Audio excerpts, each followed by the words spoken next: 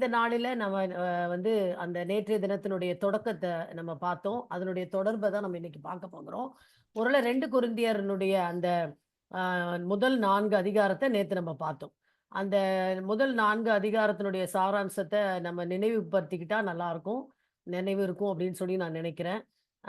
முதல் அதிகாரம் என்ன படிச்சோம்? யாராவது சொல்ல முடியுமா? ஞாபகம் இருக்கா? ஏதாவது one part of what we read in first chapter. உங்க கையில பைபிள் இருந்ததுன்னா, நீங்க அப்படி ஏதாவது லேசா ஒரு 1, 2 வசனத்த பார்த்த உடனேயாவது ஏதாவது ஞாபகம் வந்ததுன்னா நீங்க சொல்லலாம். ஏதாவது ஞாபகம் இருக்குதா?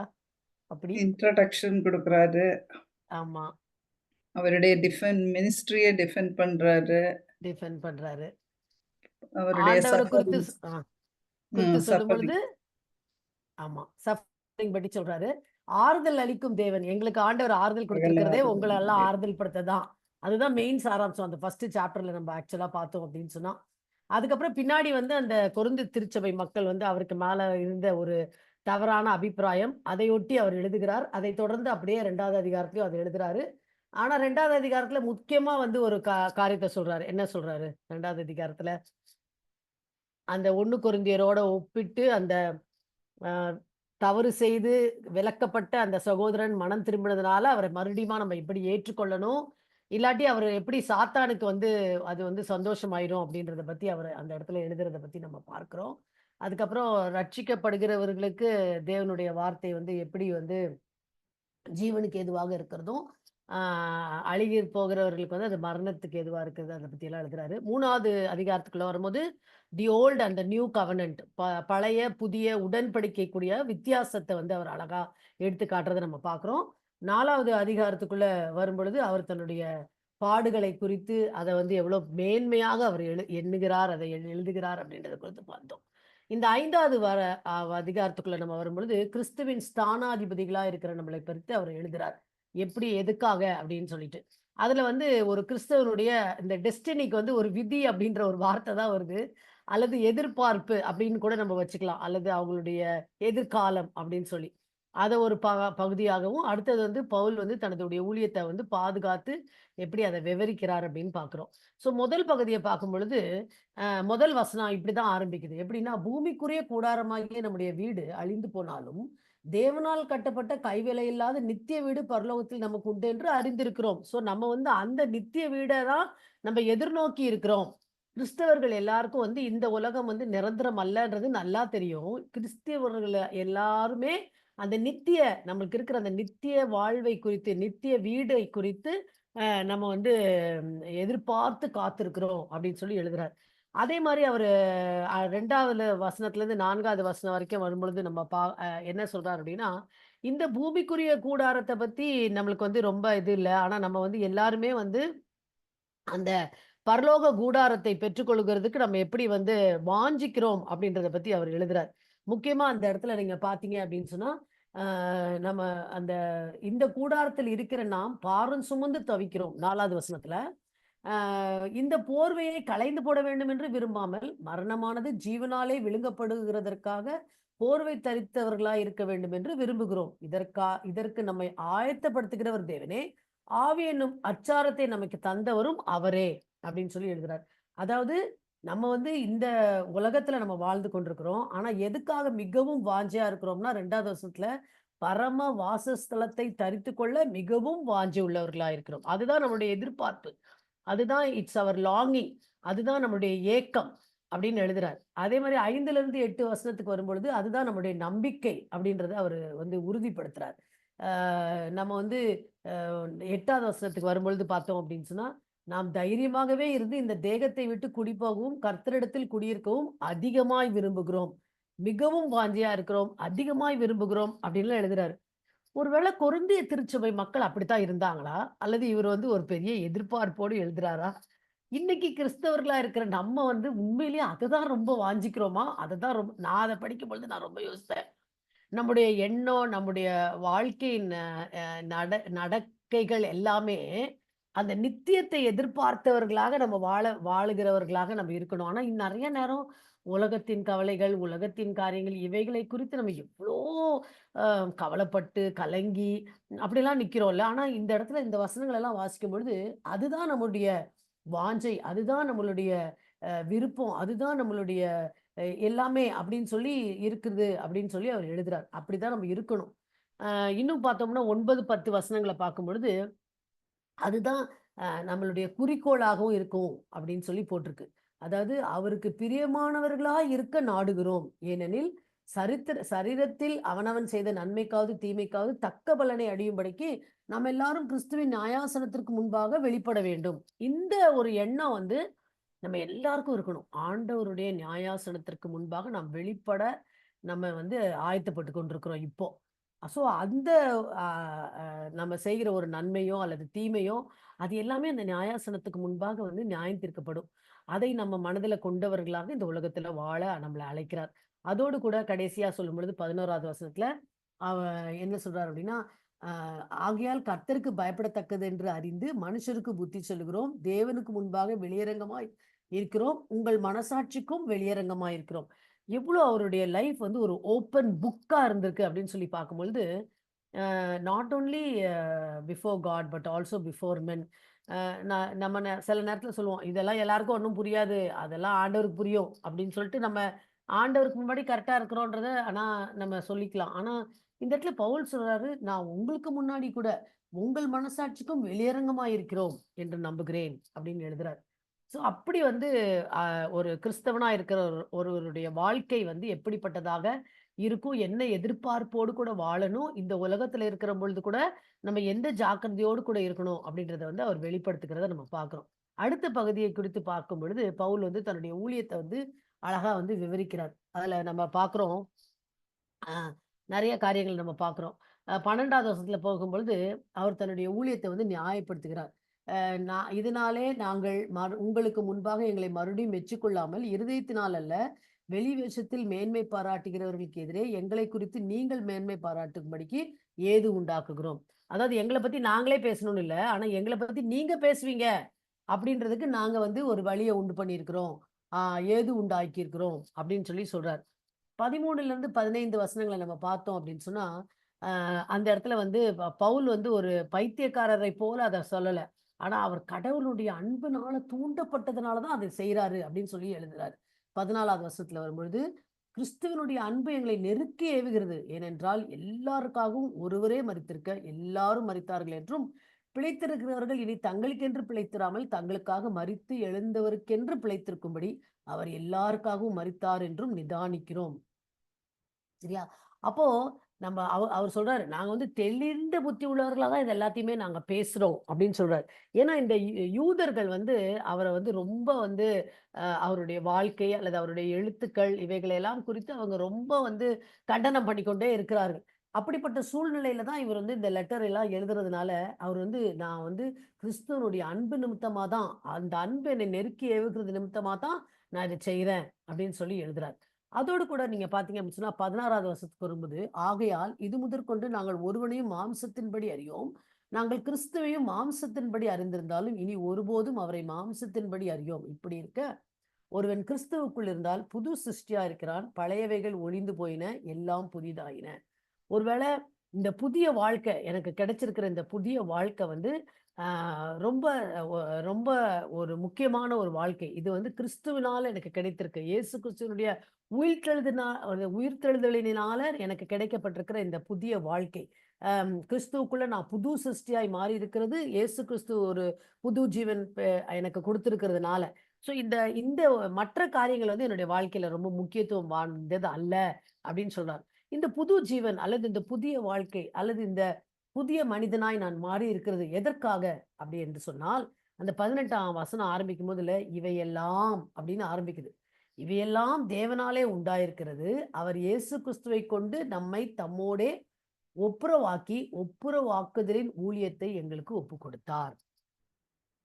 நம்ம வந்து எதுக்காக புது சிருஷ்டியா மாறியிருக்கோம் அப்படின்னா, ஆண்டவர் நம்மள எப்படி புது சிருஷ்டியா மாத்துகிறதற்கு தன்னோடு கூட இயேசு கிறிஸ்துவின் மூலமாய் நம்மள ஒப்புரவாக்கினாரோ, அந்த ஒப்புரவாக்குதலின் ஊழியத்தை நாம் செய்வதற்கு தகுதியுடையவர்கள் ஆகும்படியாக, ஆண்டவர் என்ன பண்ணியிருக்காரு, இந்த மினிஸ்ட்ரி ஆஃப் ரெக்கன்சிலியேஷன நம்ம கையில குடுத்துருக்கார். அதற்கு நாம் ஸ்தானாபதிகள். இப்ப 20வது வசனத்துல பாருங்க. தேவனானவர் எங்களைக் கொண்டு புத்தி சொல்கிறது போல, நாங்கள் கிறிஸ்துவுக்காக ஸ்தானாபதிகளாய் இருந்து, தேவனோடே ஒப்புரவாகுங்கள் என்று கிறிஸ்து நிமித்தம் உங்களை வேண்டிக் கொள்கிறோம். நாங்க வந்து கிறிஸ்துவனால தெரிந்து கொள்ளப்பட்ட ஸ்தானாபதிகள் அப்படின்னு சொல்லி சொல்றார். அப்போ இத வந்து எப்படி ஆண்டவர் நமக்கு சாத்தியமாக்கினார்னா, அதான் அந்த 21வது வசனம். நாம் அவருக்குள் தேவனுடைய நீதியாகும்படிக்கு பாவம் அறியாத அவரை நமக்காக பாவமாக்கினார். ஸோ இந்த ஒப்புரவாக்குதலின் ஊழியம் வந்து ஒப்புரவாக்குதலை வந்து பிதாவானவர் எப்படி செஞ்சார்னா, இயேசு கிறிஸ்துவை நமக்காக பாவமாக்குனது நிமித்தமா நம்மள பிதா தன்னோடு கூட ஒப்புரவாக்கிக் கொண்டார். அதே மாரி இன்னைக்கு இந்த ஒப்புரவாக்குதலின் ஊழியத்தை செய்கிற ஸ்தானாதிபதிகளாய் நம்மள ஆண்டவர் நியமித்திருக்கிறார். அப்போ அந்த ஒப்புரவாக்குதலின் ஊழியம் அது என்ன அப்படின்னு சொல்லா 19வது வசனத்துல பார்க்கிறோம். அது என்னவெனில், தேவன் உலகத்தாருடைய பாவங்களை எண்ணாமல் கிறிஸ்துவுக்குள் அவர்களை தமக்கு ஒப்புரவாக்கி, ஒப்புரவாக்குதலின் உபதேசத்தை எங்களிடத்தில் ஒப்புவித்தார். ஸோ நோ மேன், அதாவது எவ்வளோ பெரிய பாவியா இருந்தாலும் கிறிஸ்துவினுடைய அந்த உபதேசத்தினாலே பிதாவோடு கூட கிறிஸ்துவின் மூலமாய் அவர்கள் ஒப்புரவாக முடியும் அப்படின்றத நம்ம எடுத்து சொல்லுகிறதற்கு ஆண்டவர் நம்மளை தெரிந்தெடுத்திருக்கிறார். ஒருவேளை நெறைய நேரம் இன்னைக்கெல்லாம் அழைக்கப்பட்டால் தான் ஊழியம் செய்யணும் அப்படிலாம் சொல்றாங்கல்ல. அப்படிலாம் கிடையவே கிடையாது. திரும்ப திரும்ப நெறைய இடத்துல நம்மளுக்கு எல்லாருக்குமே அது ஒரு கடமை அப்படின்றது வந்து ஆண்டவர் அவருடைய வார்த்தைகளின் மூலமா நம்மளுக்கு நினைவுபடுத்திக் கொண்டே இருக்கிறார் என்பதை நம்ம பார்க்கிறோம். 6வது அதிகாரத்துக்குள்ள வரும்பொழுது, 6வது அதிகாரத்துல பவுல் வந்து மறுபடியுமா ஒரு சின்ன தொகுப்பை வந்து கொடுக்குறாரு தன்னுடைய ஊழியத்தை பத்தி. அதுல அவர் அந்த ஊழியத்தை பத்தி சொல்லும் பொழுது, ஆம், பவுலின் ஊழியத்துல ஒரு 3 விதமாக இந்த பகுதியை வந்து பிரிக்கலாம். அதுல வந்து முதல் வந்து கடவுளின் ஒரு பெரிய சலுகை, அதே சமயத்துல ஒரு பொறுப்பு. தேவனுடைய கிருபையை நீங்கள் விருதாவாய் பெறாதபடிக்கு உடன் வேலையாட்களாகிய நாங்கள் உங்களுக்கு புத்தி சொல்லுகிறோம். நீங்க வந்து ஆண்டவருடைய கிருபையை மாத்திரம் விருதாவா நினைச்சிடாதீங்க. அதை ரொம்ப லேசா நினைச்சிடாதீங்க. இன்னைக்கு வந்து நம்ம கிருபையின் காலத்துல வாழ்ந்து கொண்டிருக்கும் பொழுது, நெறைய காரியங்கள வந்து கிருபையாய் தேவன் நமக்கு கொடுக்கிறது வந்து ரொம்ப லேசா எடுக்கிறதுக்கான வாய்ப்புகள். ஆனா இந்த வசனம் என்ன சொல்லுது? அந்த மாரி நீங்க இருக்க வேண்டாம் அப்படின்னு. அதே மாரி அடுத்த வசனத்துல வரும்பொழுது 2வது வசனத்துல, அனுக்கிரக காலத்திலே நான் உங்களுக்கு செவி கொடுத்து, இரட்சணிய நாளிலே உனக்கு உதவி செய்தேன் என்று சொல்லியிருக்கிறாரே, இதோ இப்பொழுதே அனுக்கிரக காலம், இப்பொழுதே இரட்சணிய நாள். ஸோ கிருபை நிமித்தமா நான் திரும்ப திரும்ப பாவத்திலே இருந்து விடாதபடிக்கு, ஆண்டவருடைய அந்த ரட்சிப்பை நான் பெற்றுக்கொண்டவர்களாய் நாம ஜாக்கிரதையாய் வாழணும். அடுத்தது 3வது வசனத்துக்கு வரும்பொழுது, அந்த ஒரு பொறுப்ப வந்து அந்த இடத்துல நினைவுபடுத்துகிறார். இந்த ஊழியம் குற்றப்படாதபடிக்கு, நான் ஏன் ஜாக்கிரதையா வாழணும்? நான் ஏன் ஒரு பாவியாவே இன்னும் இருக்கக்கூடாது? நான் ஏன் ஆண்டவருடைய கிருபைய உதாசீனப்படுத்திட்டு நான் பாவத்துல நிக்கக்கூடாது அப்படின்னா, இந்த ஊழியத்தை செய்ய தெரிந்து கொள்ளப்பட்டிருக்கிற, ஒப்புரவாக்குதலின் பணியை பெற்றிருக்கிற நான், இந்த பொறுப்பை நிறைவேற்ற வேண்டிய நான், எந்த விதத்திலும் இந்த ஊழியம் குற்றப்படாதபடிக்கு யாதொன்றிலும் இடறல் உண்டாக்காமல் எவ்விதத்தினாலேயும் எங்களை தேவ ஊழியக்காரராக விளங்க பண்ணுகிறோம். எவ்வளோ ஜாக்கிரதையா அவர் இருக்கிறத குறித்து எழுதுகிறார்ல. அப்ப நம்ம ஆண்டவருடைய ஊழியத்தை செய்கிறவர்களா இருக்கிற நாம் வந்து ரொம்ப ஜாக்கிரதையா இருக்கணும். நம்ம மனிதர்கள் தான், எல்லா விழுந்து போன மனிதர்கள் மத்தியில வாழ்கிறவர்களாகத்தான் இருக்கிறோம். நம்மளுக்கும் எல்லார மாதிரியான எமோஷன்ஸ் எல்லாம் இருக்குது. நம்மளும் ஆர்டினரி ஹியூமன் பீயிங்ஸ் தான். பட் ஆனாலும் கூட கிறிஸ்துவின் ஊழியத்தின் ஸ்தானாபதிகளாய் நம்ம இருக்கும் பொழுது, இந்த ஊழியம் குற்றப்படாதபடிக்கு நம்ம வந்து எல்லா விதத்திலும் நம்மள வந்து தேவ ஊழியக்காரர்களா விளங்க பண்ணுகிறது மிக மிக அவசியம். ஏன்னா இல்லாட்டி நான் இடர்னா அது வந்து மற்றவர்கள் இடறுகிறதற்கு காரணமாகிவிடும் அப்படின்னு சொல்லி சொல்றார். இந்த 4ல இருந்து 10 வசனத்துல தான் ரொம்ப இன்னும் அதிகமா அவருடைய பாடுகளை பத்தி அவர் வந்து அந்த இடத்துல எழுதுறார். அது ஒரு குற்றமற்ற ஊழியக்காரனுடைய நற்சான்றிதழ்கள். ஒருவேளை இன்னைக்கு நம்ம வந்து ஒரு குற்றமற்ற ஊழியக்காரர் யார் அப்படின்னு சொல்லி நம்ம தெரிவு செய்யணும் அப்படின்னு சொன்னா, என்ன பிரசங்கிக்கிறாரோ அதன்படி வாழ்கிறவர் அப்படின்னு நம்ம சொல்லுவோம். இல்லாட்டி அன்பு பாராட்டுகிறவர், கிறிஸ்துவை போல அன்பு பாராட்டுகிறவர் அப்படின்னு சொல்லுவோம். இல்லாட்டி எக்ஸ்ட்ரா மைல் போறவரு அப்படின்னு சொல்லுவோம். ஆனா, இந்த பால் சொல்லியிருக்காரு பாருங்களேன், இந்த லிஸ்ட்ல இருக்கிற ஒண்ண கூட நம்ம சொல்லவே மாட்டோம்.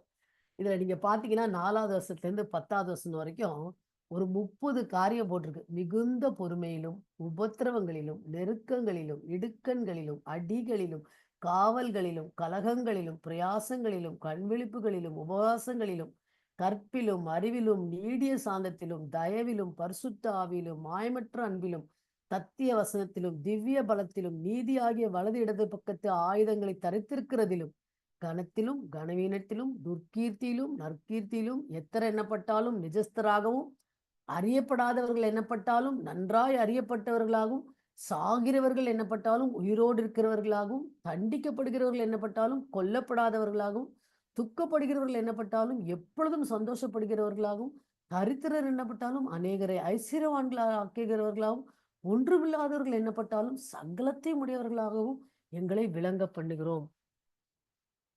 இதுதான் measure of effectiveness in ministry அப்படின்னு சொல்லி அந்த அந்த இதுல வந்து எழுதியிருந்துச்சு. எனக்கு பயங்கர ஆச்சரியமா இருந்துச்சு. ச்சே! நம்ம எவ்வளோ குறைவுள்ளவர்களா இருக்கிறோம். எதையாவது நம்மளால கொஞ்ச நேரம் சகித்துக் கொள்ள முடியுதா? ஒரு கஷ்டம், ஒரு பிரச்சனை, ஒரு துன்பம் வந்துச்சுன்னா. ஆனா பவுலினுடைய சகிப்புத்தன்மை, துன்புறுத்தல்களின் மத்தியில அவர் வந்து அவருக்கு இருந்த மகிழ்ச்சி, அவருக்கு வந்து பொறுமை, அவருடைய கருணை, அது அவருக்கு வந்து உண்மையான அன்பு ஆண்டவர் மேல எவ்வளோ இருந்திருக்கு. அவருடைய பேச்சுல காணப்பட்ட உண்மை, அவர் ஆண்டவருடைய வல்லமையை தரித்துக்கொண்டு செயல்பட்டதுல இருந்த அந்த பெரிய காரியம். ஒருவேளை அவருடைய உறுதியான தன்மை, ஒருவேளை எல்லாராலும் ஏமாற்றப்பட்டதா இருந்தாலும், நான் ஏமாற்றப்பட்டவனா கருதப்படல அப்படின்னு சொல்றாரு. இதுல நான் எண்ணி பார்த்தேன். 30 காரியம் இருக்கு. நம்ம வந்து அந்த 30 காரியத்த யோசித்து பார்த்துல, இப்படி நம்ம விளங்க பண்ண நம்ம வந்து நம்மள இப்படி விளங்க பண்ண முடியுமா? பொறுமையாக, உபத்திரவம், நெருக்கம், இடுக்கண், அடி, காவல், கலகம், பிரயாசம், கண்விழிப்பு, உபவாசம், கற்பு, அறிவு, நீடியஸ் எல்லாத்துலயும் வந்து நம்ம வந்து ஒரு மாடலா அப்படிலாம் நம்மளால நிற்க முடியுமா? பால் வந்து இல்ல இதுதான் ஒரு ஊழியனுடைய ஒரு அளவுகோலா சொல்லுகிறார். ஒரு ஊழியனினுடைய அளவுகோலாக இதை சொல்லுகிறார். அதனால தான் இந்த முதல் 7 அதிகாரத்துக்கு வந்து ஒரு அப்போஸ்தலனுடைய ஒரு அடையாளமே வந்து பாடுகளும், துன்பங்களும் தான் அப்படின்னு சொல்லி சொல்லப்பட்டிருக்கு. இதே 6ஆம் அதிகாரத்துல மற்ற வசனங்களுக்குள்ள வரும்பொழுது 11வது வசனத்துல இருந்து பார்க்கும் பொழுது, அவரு சொல்றாரு, நான் வந்து உங்கள வந்து பிள்ளைகளா நினைச்சு பவுல் வந்து ஒரு தந்தையாக அந்த அந்த கொரிந்தியருக்கு எழுதுகிறதாக இந்த நிருபத்தை எழுதுவதாக அவர் வந்து சொல்கிறார். 13வது வசனத்துல நீங்க பார்த்தீங்கன்னா, ஆ எ ஆதலால் அதற்கு பதிலீடாக நீங்களும் பூரிப்பாகுங்கள் என்று பிள்ளைகளுக்கு சொல்லுகிறது போல உங்களுக்கு சொல்லுகிறேன் அப்படின்னு சொல்லி சொல்றாரு. அதுக்கப்புறம் 14த் வேர்ஸ்லேருந்து நமக்கு ரொம்ப நல்லா தெரிஞ்ச வேர்ஸ் தான் 18த் வேர்ஸ் வரைக்கும். அந்நிய நுகத்துல பிணைக்கப்படக்கூடாது அப்படின்னு சொல்றாரு. பேலியாளுக்கும் அவிசுவாசிக்கும் கிறிஸ்துவுக்கும் பேலியாளுக்கும் சம்பந்தம் கிடையாது. அவிசுவாசிக்கும் விசுவாசிக்கும் பங்கு கிடையாது. அதே மாதிரி தேவனுடைய ஆலயத்துக்கும் விக்கிரகங்களுக்கும் சம்பந்தம் கிடையாது. அப்படின்லாம் சொல்லிட்டு நான் வந்து அவர்களுக்குள்ள வாசம் பண்ணி அவர்களுக்குள்ள அவர்களுடைய தேவனா இருப்பேன். அவர்கள் என் ஜனமா இருப்பார்கள் என்று தேவன் சொன்னபடி நீங்கள் ஜீவனுள்ள தேவனுடைய ஆலயமா இருக்கிறீர்களே அப்படின்னு மறுபடியும் ஞாபகப்படுத்துறாரு. அதே சமயத்துல கடைசியில அவர் சொல்லும்பொழுது, நான் உங்களை ஏற்றுக்கொண்டு உங்களுக்கு பிதாவா இருப்பேன். நீங்கள் எனக்கு குமாரரும் குமார்த்திகளா இருப்பீர்கள் என்று சர்வ வல்லமையுள்ள கர்த்தர் சொல்கிறார். ஆண்டவருடைய பிள்ளைகளாக நம்ம இருக்கிறோம். அதனால நம்ம நம்ம வந்து ஆண்டவருடைய பிள்ளைகள் அப்படின்றதுனால நம்ம வந்து ஆண்டவரை முழு மனதோடு கூட நேசிக்கிறபடினால, இந்த அன்ப இந்த ஆண்டவருக்குன்னு கொடுக்கிற இந்த அன்ப வந்து நம்ம பகிர்ந்து கொள்ளவே கூடாது. நம்ம முழுமையான அன்ப ஆண்டவருக்கு கொடுக்கணும். கிறிஸ்துவுக்கும் மற்ற எதுக்குமே சம்பந்தம் கிடையாது. அந்த சம்மந்தம் இல்லாத காரியத்துல நம்ம வந்து அனலுமின்றி, குளிருமின்றி வாழ்கிறவர்களா, இங்க ஒரு கால், அங்க ஒரு கால் அப்படின்னுலாம் இல்லாம, முழுமையான அன்பை ஆண்டவருக்கு கொடுக்கிறவர்களா, ஆண்டவருடைய பிள்ளைகளா இருப்பதனால, ஆண்டவரை முழுமையாய் நேசிக்கிறவர்களா நம்ம இருந்து அசுத்தமானதை தொடாதிருங்கள் என்று கர்த்தர் சொல்லுகிறார். நீங்கள் அவர்கள் நடுவிலிருந்து புறப்பட்டு போய் புறப்பட்டு பிரிந்து போய் அசுத்தமானதை தொடாதிருங்கள் அப்படின்னு சொல்றாரு. அப்படா நம்ம எவ்வளவு தூரம் நம்மள வந்து பரிசுத்தத்துல நம்ம காத்துக்கொள்ளணும் அப்படின்றது வந்து ஒரு தகப்பன் பிள்ளைகளுக்கு சொல்கிறது போல இந்த பவுல் அப்போஸ்தலன் கொரிந்து மக்களுக்கு வந்து சொல்லுகிறத நம்ம பார்க்கிறோம். கடைசியா 7வது அதிகாரத்துக்குள்ள வரும்பொழுது நம்ம பார்த்தோம் அப்படின்னு சொன்னா இந்த கொரிந்திய கிறிஸ்தவர்கள் வந்து மனம் திரும்புறது வந்து எப்படி வந்து பவுலுக்கு ஒரு ஆறுதலை கொடுத்துச்சு அப்படின்றத பத்தி அவர் எழுதுறாரு. அத முதல் வசனத்தை எழுதும் பொழுது அவர் என்ன எழுதுறாரு அப்படின்னா 2 காரியத்தை செய்ய சொல்லி சொல்றாரு. இப்படிப்பட்ட வாக்குத்தத்தங்கள் நமக்கு உண்டாயிருக்கு அப்படின்னா பிரியமானவர்களே, மாம்சத்திலும் ஆவியிலும் உண்டான எல்லா அசுசியும் நீங்க நம்மை சுத்திகரித்துக் கொண்டு பரிசுத்தமாகுதலை தேவ பயத்தோட பூரணப்படுத்த கடவும். பரிசுத்தமாகுதல நீங்க ரொம்ப ஜாக்கிரதையா வந்து நீங்க பூரணப்படுத்தணும் அப்படின்னு சொல்றாரு. அதுக்கு என்ன செய்யணும்? அசுசி நீங்கணும். அதாவது நம்மட்ட காணப்படுகிற அ அசூசியான காரியங்கள், கெட்ட காரியங்கள் எல்லாவற்றையும் நம்ம வந்து நம்மள சுத்திகரித்துக் கொள்ளணும். அந்த நீக்குதலை நம்ம எப்படி வ ப பிரயாசப்பட்டு நம்ம செய்றோமோ, அதே மாரி பரிசுத்தமாக்குதலையும் நம்ம தேவ பயத்தோட என்ன பண்ணணும்? பூரணப்படுத்திக் கொள்ளணும் அப்படின்னு சொல்லி அவர் எழுதுறார். இந்த 2 காரியம். இந்த 2 காரியத்த வந்து நம்ம வந்து செய்து, நம்ம வந்து தேவனுடைய வாக்குறுதிகளினுடைய வெளிச்சத்துல நம்ம நடக்கணும் அப்படின்னு சொல்லி சொல்றாரு. அடுத்தது நீங்க பார்த்தீங்கன்னா 2வது வசனம் 2, 3 வசனங்கள வந்து பார்க்கும் பொழுது, உங்களுடைய இருதயங்களை எங்களுக்கு திறந்து கொடுங்கள் அப்படின்னு சொல்றார். எங்களுக்கு இடம் கொடுங்கள். நாங்கள் ஒருவனுக்கும் அநியாயம் செய்யவில்லை, ஒருவனையும் கெடுக்கவில்லை, ஒருவனையும் வஞ்சிக்கவில்லை. உங்களை குற்றவாளிகள் ஆக்கும் பொருட்டாக இப்படி நான் சொல்லுகிறதில்லை. முன்னே நான் சொல்லியபடி உங்களுடனே சாகவும் கூட பிழைக்கவும் தக்கதாக எங்கள் இருதயங்களில் நீங்கள் இருக்கிறீர்களே. அவங்க கிட்ட அவர் வந்து எவ்ளோ ஓப்பனா, எவ்ளோ க்ளோஸா இருக்கிறாரு அப்படின்றத வந்து அவருக்கு வெளிப்படுத்துறாரு. வெளிப்படுத்திட்டு 4லேருந்து 7 வசனங்களுக்குள்ள வரும்பொழுது, அவர் வந்து அவங்கள ஊக்குவிக்கிற சில காரியங்கள சொல்றார். "மிகுந்த தைரியத்தோடே உங்களுடன் பேசுகிறேன். உங்களைக் குறித்து மிகவும் மேன்மை பாராட்டுகிறேன். ஆறுதலால் நிறைந்திருக்கிறேன். எங்களுக்கு உண்டான சகல உபத்திரவத்திலேயும் பரிபூர்ண சந்தோஷமாய் இருக்கிறேன்." அவருக்கு நெறைய பாடுகள் தான்.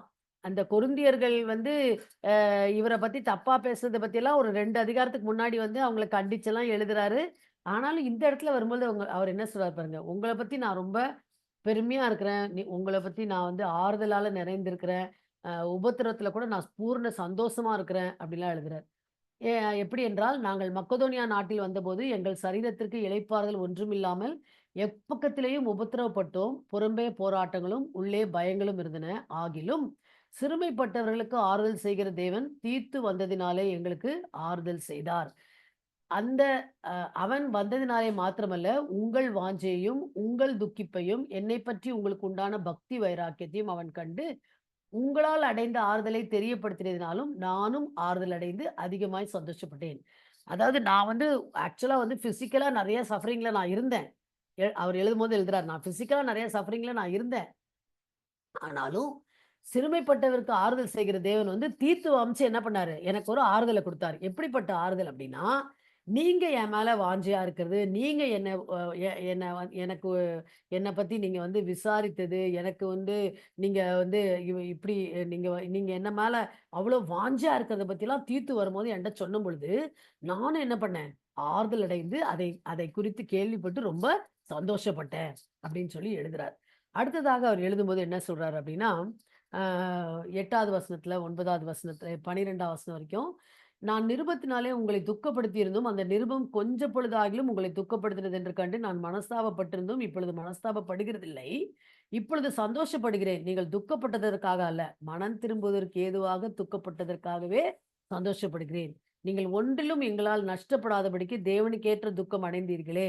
தேவனுக்கேற்ற துக்கம் பின்பு மனஸ்தாபப்படுகிறவர்களுக்கு இடம் இல்லாமல் ரட்சிப்புக்கு ஏதுவான மனம் திரும்புதலை உண்டாக்குகிறது. லௌகீக துக்கமோ மரணத்தை உண்டாக்குகிறது. அதாவது இவங்க எழுதுற பால் எழுதின லெட்டர் வந்து அவங்களுக்கு கொஞ்சம் துக்கமா இருந்துச்சு. ஏன்னா அவர் கண்டிச்சு எழுதுறாரு. அந்த 2வது சாப்டர்லலாம் ஆரம்பிக்கும்போது இந்த 1 சாப்டர் எண்ட்லலாம். அப்ப அவரு என்ன சொல்றாருன்னா, நீங்க என் லெட்டர பார்த்த உடனே நீங்க வந்து ரொம்ப அ துக்கப்பட்டீங்க. ஆனா நீங்க துக்கப்பட்டது நல்லது. ஏன்னா நீங்க வந்து அந்த துக்கம் வந்து உங்கள வந்து ஒரு மனமாற்றத்துக்குள்ள கொண்டு வந்துச்சு. அப்படிப்பட்ட மனமாற்றத்த அது உங்களுக்கு கொண்டு வந்ததுனால, நான் வந்து சந்தோஷப்படுறேன். அதனால நான் வந்து அ அதுல அந்த 11த் வெர்ஸ் கடைசில வரும்போது பாருங்க. இந்த காரியத்திலே நீங்கள் எல்லா விதத்திலும் உங்களை சுத்தவான்கள் என்று விளங்க பண்ணினீர்கள். அதுதான் அவர் சொல்றாரு. நீங்க வந்து ஒரு நல்ல ஒரு மனமாற்றத்த பெற்றதுனால, நான் ரொம்ப சந்தோஷமா இருக்கேன். அப்படின்னு சொல்லி சொல்றாரு. அது அது அது அதுக்கு அடுத்தது பார்க்கும்பொழுது, அவரு வந்து தீத்து உடைய வருகை வந்து எப்படி இந்த மக்கள் கருதினார்கள் அப்படின்றத பார்க்கும்பொழுது, அம் 13வது வசனத்திலிருந்து, "நீங்கள் ஆறுதல் அடைந்ததினாலே நாங்களும் ஆறுதல் அடைந்தோம். விசேஷமாக தீத்துவினுடைய ஆவி உங்கள் அனைவராலும் ஆறுதல் அடைந்ததினாலே, அவனுக்கு உண்டான சந்தோஷத்தினால் அதிக சந்தோஷப்பட்டோம். இப்படி இருக்க, உங்களுக்கு புகழ்ச்சியாய் நான் அவனுடனே சொன்ன யாதொன்றை குறித்து வெட்கப்பட மாட்டேன்.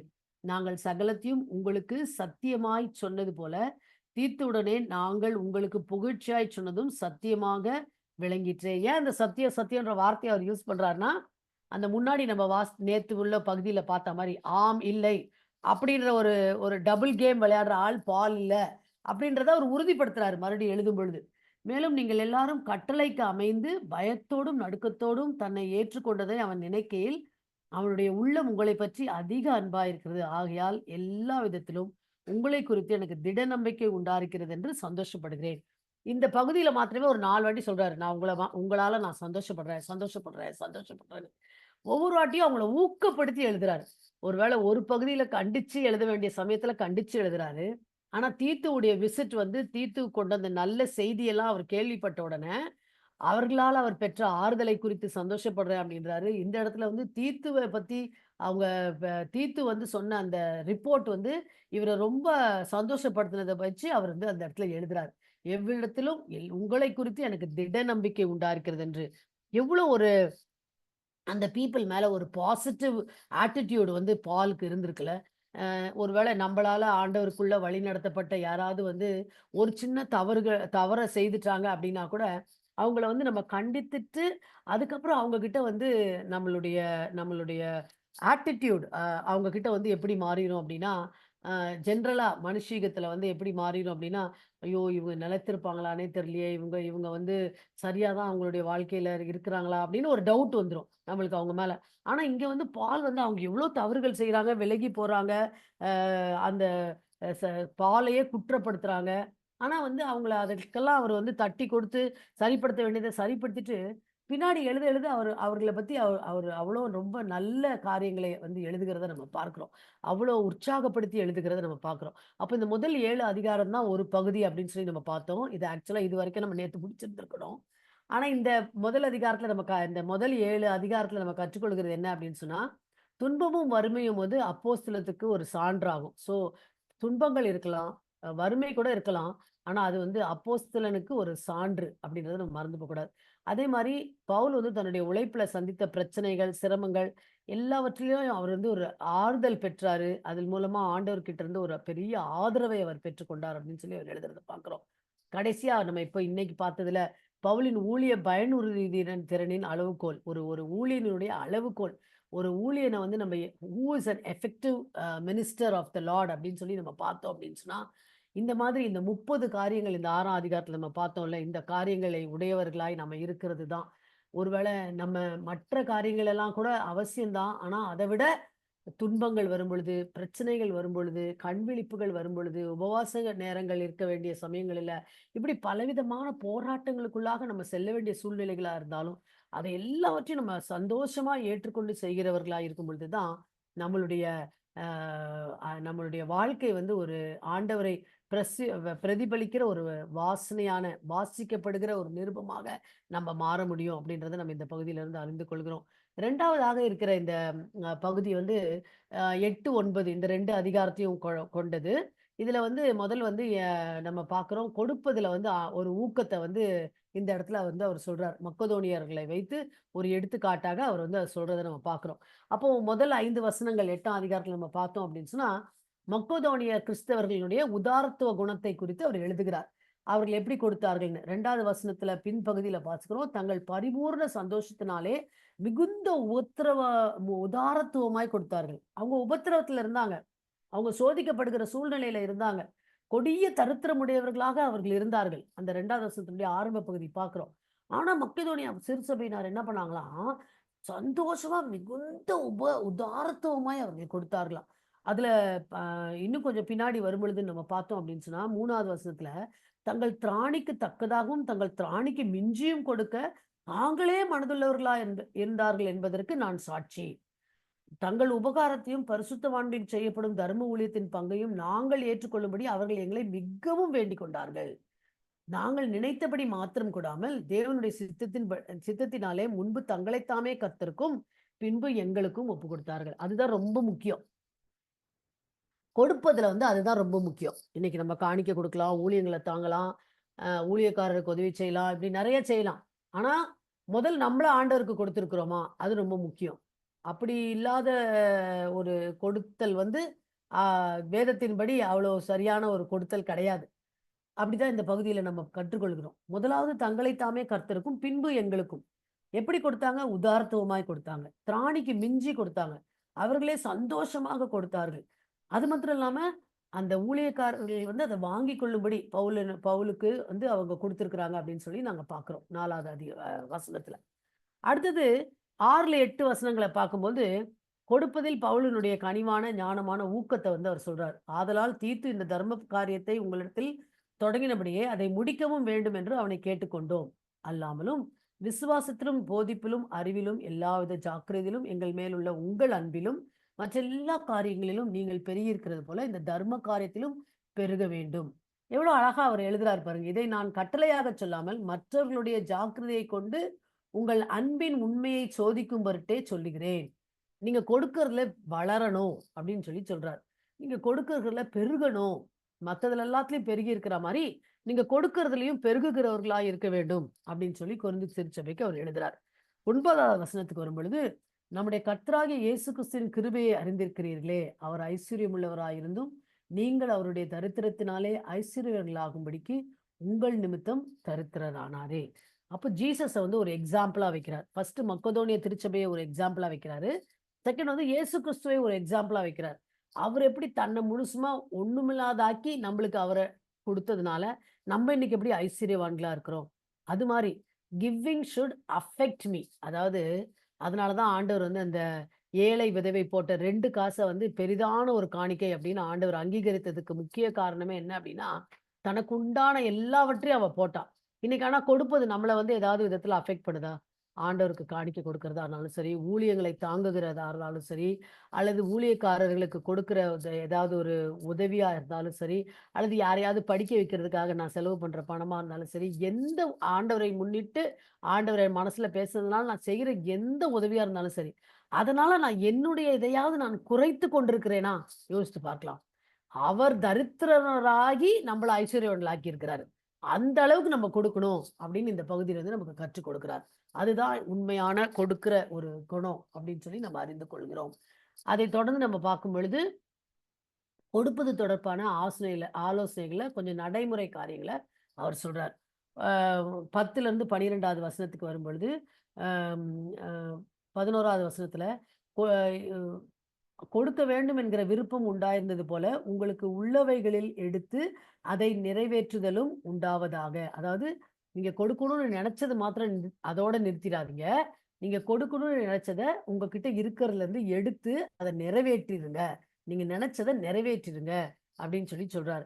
ஒருவனுக்கு மன விருப்பம் இருந்தால் அவனுக்கு இல்லாததின்படி அல்ல, அவனுக்கு உள்ளதின்படியே அது அங்கீகரிக்கப்படும் அப்படின்னு சொல்றார்.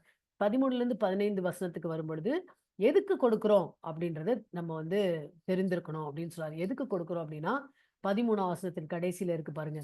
சமநிலை இருக்கும்படியாகவே அப்படின்னு சொல்லி போட்டிருக்கு. மற்றவர்களுக்கு சகாயமும் உங்களுக்கு வருத்தமும் உண்டாகும்படியாக நீங்க கொடுக்கறது இல்ல. சமநிலை உண்டாகும்படியாகவே. இன்னைக்கு நம்ம தேசத்துல தான் ஏழைகள் அதிகம், பணக்காரர்கள் மிக அதிகம். ஒருவேளை இன்னைக்கு ஆண்டவர் நம்ம வந்து அந்த சமநிலையை நாம் வைத்துக் கொள்வதற்கு நம்ம எவ்வளவு என்ன செய்ய முடியும் அப்படின்றத நம்மளை இன்னைக்கு நினைவுபடுத்துகிறார். அதுல அந்த 15வது வசனத்துல வரும்போது, சமநிலை பிரமாணத்தின்படியே அவர்களுடைய செல்வம் உங்கள் வறுமைக்கு உதவும்படிக்கு இக்காலத்திலே உங்களுடைய செல்வம் அவர்களுடைய வறுமைக்கு உதவுவதாக. சோ சமநிலைக்காக தான் நம்ம கொடுக்கிறோம் அப்படின்றத நம்ம புரிந்து கொள்ள வேண்டும். அடுத்ததாக இந்த தீத்துவையும் அவருடைய தோழர்களையும் வந்து அவங்க எப்படி ஏற்றுக்கொள்ளணும் அப்படின்றத பத்தி எழுதுறார். உங்களுக்காக இப்படிப்பட்ட ஜாக்கிரதை உண்டாயிருக்கும்படி தீத்துவின் இருதயத்தில் அருளின தேவனுக்கு ஸ்தோத்திரம். நாங்கள் கேட்டுக்கொண்டதை அவன் அங்கீகரித்ததும் அல்லாமல் அவன் அதிக ஜாக்கிரதையாயிருந்து தன் மனவிருப்பத்தின்படியே உங்களிடத்திற்கு வர புறப்பட்டான். சுசேஷ ஊழியத்தில் எல்லா சபைகளிலும் புகழ்ச்சி பெற்ற ஒரு சகோதரனை அவனோட கூட அனுப்பி இருக்கிறோம் அப்படின்னு சொல்லி எழுதுறாரு. அது 24வது வசனம் வரைக்கும் நீங்க பாத்தீங்க அப்படின்னு சொன்னா, கடைசியில 24வது வசனத்துக்கு வரும் பொழுது, உங்கள் அன்பையும் நாங்கள் உங்களை குறித்து சொன்ன புகழ்ச்சியையும் சபைகளுக்கு முன்பாக அவர்களுக்கு திருஷ்டாந்தப்படுத்துங்கள். அதாவது நாங்க வந்து ஆண்டவருக்கு முன்பாக யோக்கியமானதை செய்ய நாடி நாங்க தீத்துவையும் இன்னொருத்தரையும் உங்ககிட்ட அனுப்புறோம் அந்த கலெக்ஷனை வாங்கிக்கிறதுக்கு. நீங்க வந்து என்ன பண்ணுங்க, உங்க அன்பை வந்து அவங்களுக்கு காட்டுங்க அப்படின்னு சொல்லி சொல்றாரு. 23வது வசனத்துல பார்த்தோம்னா தீத்துவை பத்தி சில காரியங்களை எழுதுறாரு. தீத்துவை குறித்து ஒருவன் விசாரித்தால் அவன் எனக்கு கூட்டாளியும் உங்களுக்காக என் உடன் வேலையாளுமாய் இருக்கிறான் என்றும், எங்கள் சகோதரரை குறித்து ஒருவன் விசாரித்தால் அவர்கள் சபைகளுடைய ஸ்தானாதிபதிகளும் கிறிஸ்துவுக்கு மகிமையாமாய் இருக்கிறார்கள் என்று அறியக்கூடாது. யாராவது புதுசா தீத்துவ தெரியாதவங்க இவர் ஏன் வந்திருக்கிறார் கலெக்ஷனுக்கு அப்படின்னு கேட்டாங்கன்னா, நீங்க இப்படி சொல்லுங்க, அவர் பவுலுடைய கூட்டாளி, அவர் வந்து பவுலுடைய உடன் வேலையாள் அப்படின்னு நீங்க சொல்லுங்க அப்படின்னு சொல்லி அதெல்லாம் ரொம்ப ஸ்பெசிஃபிக்கா அந்த இடத்துல வந்து அவர் எழுதுறத நம்ம பார்க்கிறோம். ஸோ இந்த இடத்துல நீங்க வந்து அவருக்கு அன்பு காட்டுங்க அப்படின்னு சொல்லி சொல்றாரு. 9th சாப்டருக்கு வரும்பொழுது கொடுப்பதை குறித்து இன்னும் சில வசனங்களை வந்து அவர் சொல்றார். 9th சாப்டர் ஃபுல்லாவும் கூட அதே தான், கொடுப்பதை குறித்து தான் சொல்றாரு. இந்த கொடுக்கறதுக்கு வந்து நீங்க தயாரா இருங்கள். முதல் 2 வசனத்துல சொல்லும் பொழுது, பரிசுத்தவான்களுக்கு செய்ய வேண்டிய தர்ம சகாயத்தை குறித்து நான் அதிகமாக உங்களுக்கு எழுத வேண்டுவதில்லை. உங்கள் மன விருப்பத்தை அறிந்திருக்கிறேன். அகாயாவில் உள்ளவர்கள் 1 வருஷமாக ஆயத்தமாய் இருக்கிறார்கள் என்று நான் மக்கதோனியருடனே சொல்லி உங்களை புகழ்ந்தேனே. உங்கள் ஜாக்கிரதை அநேகரை எழுப்பி விட்டதும் உண்டு.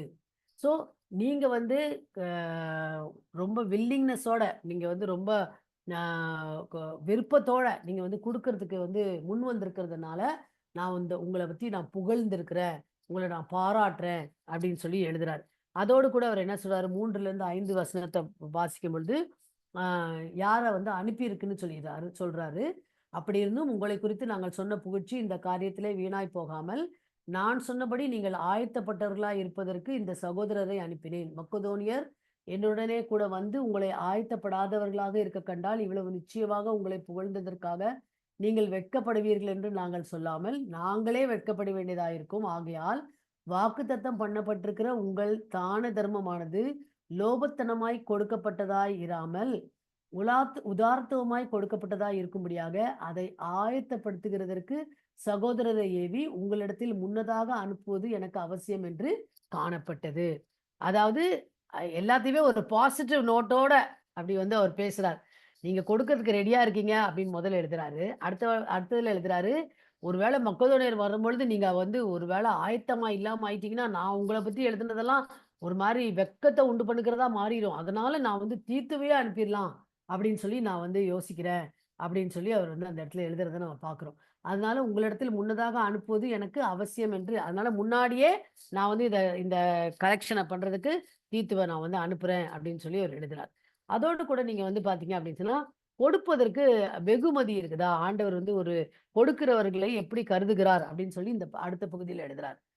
6வது வசனத்துல ஆரம்பிக்கும் பொழுது அவர் என்ன எழுதுறாரு அப்படின்னு சொல்லி நம்ம பார்த்தோம் அப்படின்னா, நம்ம வந்து தாராளமா, அதாவது சிறுக விதைக்கிறவன் சிறுக அறுப்பான், பெருக விதைக்கிறவன் பெருக அறுப்பான் அப்படின்னு சொல்லி போட்டிருக்கு. அப்படின்னா என்ன அர்த்தம்? ஊழியங்களுக்கு நம்ம கொடுக்கறதுனால ஒரு நாளும் நம்ம என்ன செய்யவே மாட்டோம், குறைவுபடவே மாட்டோம். நான் வந்து என்னுடைய பிராக்டிகல் லைஃப்ல இருந்து நான் நிறைய சொல்ல முடியும். ஒரு நாளும் வந்து எங்க வீட்டுக்கு ஒரு ஜெபம் பண்ணவோ, ஊழியத்துக்குன்னு யாராவது வந்தாங்களோ, ஒரு நாள் நான் விரும்பி அனுப்பிச்சதே இல்லை. என்னால முடிஞ்சத நான் குடுக்க தான் செய்திருக்கிறேன். அதனால நான் ஒரு நாளும் குறைவுபட்டும் போகல இதுவரைக்கும். ஆண்டவருடைய வார்த்தை வந்து ரொம்ப உண்மை. சிறுக விதைக்கும் பொழுது சிறுக அறுப்போம். பெருக விதைக்கும் பொழுது பெருக அறுப்போம். அதுல எந்த விதமான சந்தேகமுமே இல்ல. அடுத்த வசனத்தை சொல்லும் பொழுது, கொடுப்பதுல வந்து எப்படிப்பட்ட இருதயமுடையவர்களாய் நம்ம கொடுக்கணும் அப்படின்னு சொல்லி போட்டிருக்கு. அவனவன் விசனமாயும் அல்ல, கட்டாயமாயும் அல்ல, தன் மனதில் நியமித்தபடியே கொடுக்க கடவன். உற்சாகமாய் கொடுக்கிற இடத்தில் தேவன் பெரியவராயிருக்கிறார். இப்போ திடீர்னு ஒரு ஊழியக்காரங்க நம்ம வீட்டுக்கு வந்துட்டாங்க அப்படின்னு சொல்லி வச்சுக்கோங்களேன். நமக்கு நல்லா அறிமுகமான தெரிந்த ஒரு ஊழியக்காரங்க வந்துட்டாங்க. ஆனா நாம வந்து இந்த ஊழியத்துக்கு வந்து இந்த இதை கொடுக்கணும் அப்படின்றத நம்மளுக்கு மனசுல படுது. ஆகையினால நம்ம ஆனா எடுத்து கொடுக்குறோம். ஆனா எடுத்து கொடுக்கும்பொழுது, ஐயோ இதுக்கு இல்லையே, அதுக்கு இல்லையே, இப்படி இந்த நேரத்துல கொடுக்க வேண்டியதாயிடுச்சு அப்படின்னு ஏதோ ஒரு என் சலனம் வந்து என்னோட மனசுல உண்டாயிடுச்சு அப்படின்னா, நான் உற்சாகமா கொடுக்கல அப்படின்னா, அது ஆண்டவருக்கு பிரியமான காணிக்கையா அது இருக்கவே முடியாது. சந்தோஷமாக, உற்சாகமாக அத வந்து நம்ம கொடுக்கிறவர்களாக இருக்கணும். ஸோ நம்ம இருதயத்த வந்து தேவன் பார்க்கிறார். உற்சாகமாய் கொடுக்கிறவன் இடத்துல தேவன் பிரியமா இருக்கிறார் அப்படின்னு சொல்லி நம்ம பார்க்கிறோம். அடுத்தது பார்க்கும் பொழுது, the right kind of giving is always blessed. ஒருவேளை 8வது வசனத்துல நம்ம 8, 9 வசனத்துல பார்க்கிறோம்னா, நீங்கள் எல்லாவற்றிலும் எப்பொழுதும் சம்பூர்ணமுடையவர்களாகவும், சகலவித நற்கிரியைகளிலும் பெருகுகிறவர்களாயும் இருக்கும்படியாக தேவன் உங்களிடத்தில் சகலவித கிருபையையும் பெருகச் செய்ய வல்லவராயிருக்கிறார். வாரியரைத்தான் ஏழைகளுக்கு கொடுத்தான், நம்முடைய நீதி என்றென்றைக்கும் நிற்கும் என்று எழுதியிருக்கிறபடியாகும். நான் வந்து ஒரு ஒரு பெரிய சர்ச் ஒரு வருஷம் வந்து வாக்குத்தத்த வசனமா வந்து இந்த 8வது வசனத்தை வந்து போட்டிருந்தாங்க. நான் இதை படிக்கும்போது திடீர்னு எனக்கு ஞாபகம் வந்துச்சு. இந்த இந்த கான்டெக்ஸ்ட் வந்து எவ்வளோ ஒரு ஒரு அதாவது கிவிங்கோட ரிலேட்டட் கான்டெக்ஸ்ட்ல இந்த இந்த வசனத்தை வந்து பவுல் அப்போஸ்தலர் எழுதியிருக்கிறாரு. ஆனா அது தனியா அந்த வசனத்தை மாத்திரம் எடுத்து எல்லாவற்றிலும் சம்பூர்ணமா இருக்கிறது, சகலவித நற்கிரியைகளிலும் பெருகிறலா இருக்கும்படியாக தேவன் ஒருத்தர் சகலவித கிருபையும் பெருகச் செய்ய வல்லவராய் இருக்கிறார்ன்றத மாத்திரம் எடுத்துக்கிட்டோம்னா, அது எப்படி ஃபிட் இன் ஆகும்? முந்தின வசனங்களுக்கும், பிந்தின வசனங்களுக்கும் அது இணைப்பாய் இருக்கிற ஒரு வசனம். மேலும் அப்படின்னு சொல்லி ஆரம்பிக்குது. அப்பனா நம்ம பெருகுகிறவர்களாக, நற்காரியங்களை செய்கிறதுல நம்ம பெருகுகிறவர்களா இருக்கணும் அப்படின்னு சொன்னா, அல்லது எல்லாத்துலயும் நம்ம எப்பொழுதும் சம்பூர்ணமுடையவர்களா இருக்கணும் அப்படின்னு சொன்னா, கொடுக்கறதுல வந்து நம்ம உற்சாகமானதோட நம்ம கொடுக்கறவர்களா இருக்கும்பொழுது தான் அது நடக்கும். அதுதான் ஆண்டவருடைய இன்னொரு வார்த்தைய கூட அது ஞாபகப்படுத்தி முடிக்கிறாரு.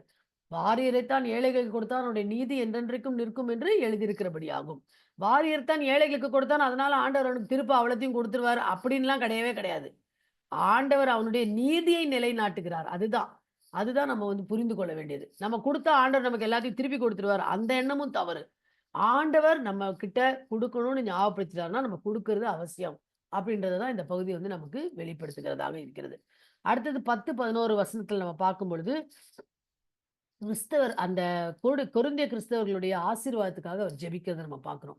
விதைக்கிறவனுக்கு விதையையும், புசிக்கிறதுக்கு ஆகாரத்தையும் அளிக்கிறவர் உங்களுக்கு விதையை அளித்து அதை பெருக பண்ணி உங்கள் நீதியின் விளைச்சலை வர்த்திக்கச் செய்வார். தேவனுக்கு எங்களால் ஸ்தோத்திரம் உண்டாகிறதுக்கு ஏதுவாயிருக்கும் மிகுந்த உதார குணத்திலே நீங்கள் எவ்விதத்திலும் சம்பூர்ணம் உள்ளவர்கள் ஆவீர்கள். இதை வந்து ஒரு ஆசீர்வாதம் மாதிரி அவர்களுக்கு அவர் சொல்லி அவர் என்ன பண்றாரு? ஜெபிக்கிறாரு. இந்த தர்ம சகாய பணிவிடை பரிசுத்தவான்களுடைய குறைவுகளை நீக்குகிறதிலும் அல்லாமல் அநேகர் தேவனை ஸ்தோத்திரிப்பதினாலே சம்பூரண பலனுள்ளதாயும் இருக்கும். 4 காரியத்தை வந்து ஒரு ஆசீர்வாதமா, இந்த கொடுப்பது நிமித்தமா உண்டாற 4 ஆசீர்வாதங்கள இந்த பகுதியில அவர் சொல்றார். 12 to 14th வெர்ஸ்ல. இதுல என்ன ஆகுது? பரிசுத்தவான்களுடைய குறைகள் நீக்கப்படுகிறது. அநேகர் அது நிமித்தமா தேவனை ஸ்தோத்திரிக்கித்து சம்பூர்ணம் உள்ளவர்களாக, சம்பூர்ண பலனுள்ளதா அது வந்து மாறுது. இந்த தர்ம சகாயத்தினால் உண்டான நன்மையை அனுபவித்து நீங்கள் கிறிஸ்துவின் சுவிசேஷத்தை கீழ்ப்படுதலோட அறிக்கையிட்டிருக்கிறது நிமித்தம் தங்களுக்கும் மற்ற அனைவருக்கும் நீங்கள் உதார்த்தமாய் தர்மம் செய்கிறது நிமித்தமும் அவர்கள் தேவனை மகிமைப்படுத்தி உங்களுக்காக வேண்டுதல் செய்து தேவன் உங்களுக்கு அளித்த மிகவும் விசேஷித்த கிருபை நிமித்தம் உங்கள் மேல் வாஞ்சையாயிருக்கிறார்கள். நீங்க மற்றவர்கள் சுவிசேஷத்தை அறிந்து கொள்ள வேண்டும் என்பதற்காக இந்த ஊழியங்களுக்கு என்று சொல்லி நீங்க கொடுக்கும் பொழுது என்ன நடக்குது அப்படின்னு சொன்னா, அந்த தர்ம சகாயத்தினால அந்த நன்மையை அநேகர் அனுபவிக்கிறாங்க. சுவிசேஷத்துக்கு கீழ்ப்படுதலோட அவங்க வர்றாங்க. ஆண்டவரை தேவன் என்று அறிக்கை எடுக்கிறார்கள். அது மாத்திரம் இல்ல, உங்களுடைய உதாரத்துவ குணத்தின் நிமித்தம் தேவனை அவங்க மகிமைப்படுத்தி, உங்களுக்காக அவங்க ஜெபிக்கிறவர்களாக இருக்கிறாங்க அப்படின்னு சொல்லி சொல்றார். கடைசியா அவர் வசனத்த முடிக்கும் பொழுது, மிகப்பெரிய பரிசு யாருக்குன்னா தேவன். தேவன் அருளிய சொல்லி முடியாத ஈவுக்காக அவருக்கு ஸ்தோத்திரம். இந்த வசனம் ஆக்சுவலா எத குறிக்குது? சொல்லுங்க பார்க்கலாம். இது தேவன் அருளிய சொல்லி முடியாத ஈவுக்காக ஸ்தோத்திரம்.